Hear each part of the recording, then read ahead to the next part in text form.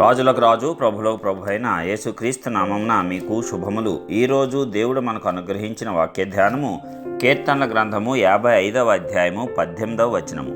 నా శత్రువులు అనేకులై ఉన్నారు, అయినను వారు నా మీదకి రాకుండానట్లు సమాధానము కలుగజేసి ఆయన నా ప్రాణమును విమోచించి ఉన్నాడు.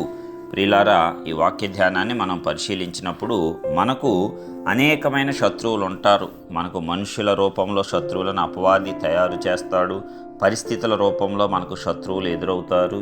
అదేవిధంగా దురాత్మలు మనకు శత్రువులుగా ఉన్నారు. కాబట్టి మనమందరము కూడా ఇలాంటి శత్రువులతో పరిశుద్ధులుగా ప్రతిరోజు పోరాటం చేయవలసి ఉన్నాము. అందుకే ఎఫెసీయులకు రాసిన పత్రికలో అపోస్తుడైనటువంటి పౌలు భక్తుడు చెప్తున్నాడు, మనం పోరాడునది ఎవరితో కాదంట, శరీరులతో కాదు, దురాత్మ సంబంధమైనటువంటి ఆకాశంలో ఉండేటువంటి సమూహములతో, అలాగే మనము పోరాడునది అధికారులతోనూ, వీరందరితోనూ పోరాటం మనము చేయాల్సి ఉందంట.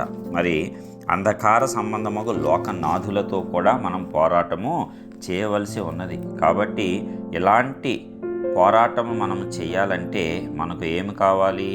అద్భుతమైనటువంటి శక్తి కావాలి. అందుకే ఆ శక్తిని మనము దేవుని యొద్ద నుంచి పొందుకుంటాం. ఆత్మశక్తితోనే వీటన్నిటినీ మనము జయించగలము.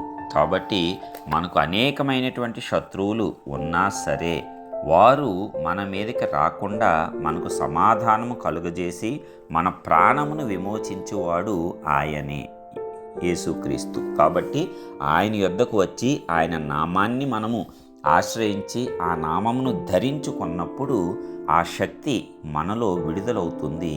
దేవుని యొక్క శక్తి ద్వారా మనము ఈ యొక్క ప్రతి శత్రువుని కూడా జయించగలుగుతాం. మనం అనుకుంటూ ఉంటాం, నువ్వు పనిచేసే దగ్గర లేక నీ యొక్క ఉద్యోగ వ్యాపారాల్లో అనేక శత్రువులు నీకు ఉండవచ్చు. ప్రతిదానికి ఆటంకపరిచేటువంటి వారు నీ చుట్టూ ఉండి ఉండవచ్చు, అనేకులై ఉండవచ్చు. కానీ ధైర్యం తెచ్చుకోండి, వాక్యం ద్వారా దేవుడు మనల్ని బలపరుస్తున్నాడు కదా. అయినను వారు నీ మీదకి రాకుండానట్లు సమాధానము కలుగజేసి ఆయన నీ ప్రాణమును విమోచిస్తున్నాడు. ఇది ప్రతి ఒక్కరూ గుర్తుపెట్టుకుంటే ధైర్యం పొందుకుంటారు. కాబట్టి శత్రువులు ఉండటం మంచిదే. దాని ద్వారా నీవు దేవునికి ఇంకా ప్రార్థిస్తావు, దేవుని వాక్యాన్ని ఇంకా చదువుతావు, దేవుని యందు భయభక్తులు కలిగి చెడుతనాన్ని విసర్జిస్తావు. శత్రువు లేకపోతే నీకు గర్వం ఉండొచ్చు, అహంకారం ఉండొచ్చు, విర్రవీగి నీ ఇష్టానుసారము నీవు జరిపించి నీకు నువ్వే శత్రువుగా మారి నీ నాశనాన్ని నీవే కోరుకునేటువంటి వాడవుగా ఒకవేళ మారిపోవచ్చు, అవకాశమైతే ఉంది. కాబట్టి శత్రువులు ఉండుట ఒక్కొక్కసారి మంచిదే. ఆ శత్రువులు నిన్ను గురి వద్దకు చేరుస్తారు. మరి గొలియాతు వచ్చినప్పుడు దావీదు ఆత్మశక్తితో వచ్చి జయిస్తే వెంటనే ఆ రాచరికానికి కావలసినటువంటి మొదటి అడుగును వేయటం జరిగింది. ఆ రాజు దగ్గరకు రప్పించబడటం జరిగింది. ఇట్లాగా మనకు ఎదురొచ్చేటువంటి శత్రువులు మనకు మేలు చేసేలాగా మనం మార్చుకోవాలి అంటే క్రీస్తుతో మనము సహవాసాన్ని కొనసాగించాలి. అనుదిన నీ ప్రార్థన, అనుదిన నీ వాక్య ధ్యానము, అనుదినము వాక్యాన్ని విని గ్రహించుకొనుట, ఇవన్నీ కూడా ఆత్మలో బలాన్ని నీకు అనుగ్రహించి శత్రువు బలమంతటి మీద యేసయ్య ఇచ్చిన అధికారాన్ని నీవు సంపూర్తిగా ఉపయోగించుకునేటట్లు నిన్ను సిద్ధపరుస్తాయి. కాబట్టి శత్రువులు ఉండుట మంచిదే. శత్రువులు ఉన్నారని భయపడొద్దు. అయినను మన మీదకి వారు రాకుండా ఆపగలిగేటువంటి సర్వశక్తిమంతుడు మనకున్నాడు. ఆయనే మనకు సమాధానం కలుగజేస్తాడు, మన ప్రాణమును విమోచించాడు. కాబట్టి ధైర్యంగా, ఉత్సాహంగా ముందుకు సాగిపోదాం. ప్రతి యుద్ధాన్ని, ప్రతి శత్రువును ఆయన శక్తితో జయిద్దాం. ఆయన నామాన్ని జయించి ఘనపరుద్దాం. ప్రార్థించుకుందాం.